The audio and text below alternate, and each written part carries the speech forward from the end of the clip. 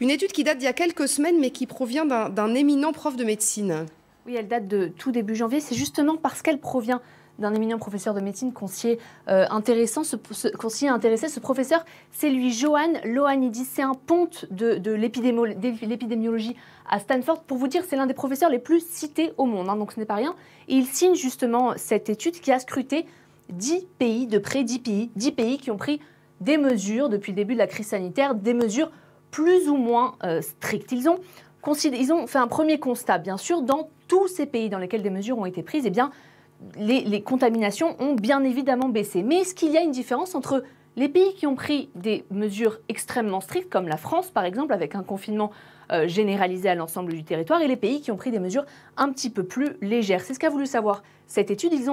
Les scientifiques de cette étude ont donc séparé ces pays en deux groupes. Les pays qui ont pris des décisions strictes depuis le début de la crise sanitaire, et vous voyez qu'il y a la France dedans en jaune, et les pays qui ont pris des décisions un petit peu plus légères. La Corée du Sud et la Suède sont pris justement comme exemple dedans.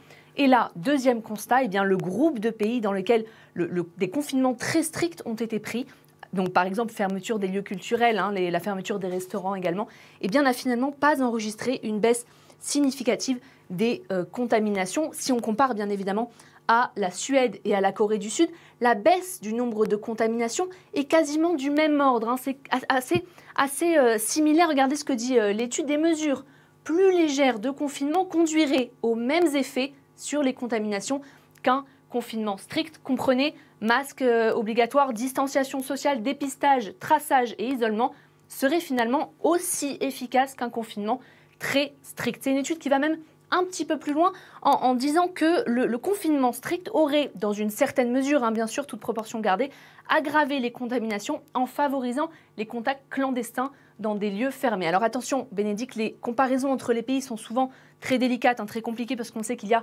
bien évidemment des différences de comportement entre les populations, mais c'est vrai que quand on s'intéresse au cas de la Corée du Sud, par exemple, eh bien, ils n'ont jamais opté pour un confinement total, et pourtant, là-bas, le nombre de cas n'a jamais explosé.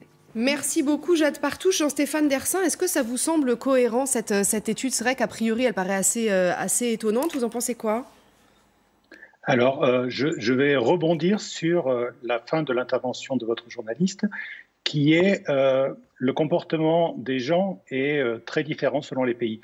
Je vais prendre un exemple de la Suède qui a été évoqué. La Suède, lors du premier confinement généralisé sur toute l'Europe, n'a pas confiné. Il n'y avait même pas d'instruction pour dire aux gens de rester chez eux. Et pourtant, ce qu'on a observé dans les données de mobilité, c'est que la chute de la mobilité en Suède lors du premier confinement, alors qu'il n'y en avait pas du tout en Suède, était comparable à la chute de la mobilité en France lors du deuxième confinement. Oui. Et donc, il y a un respect de mesures qui ne sont pas demandées.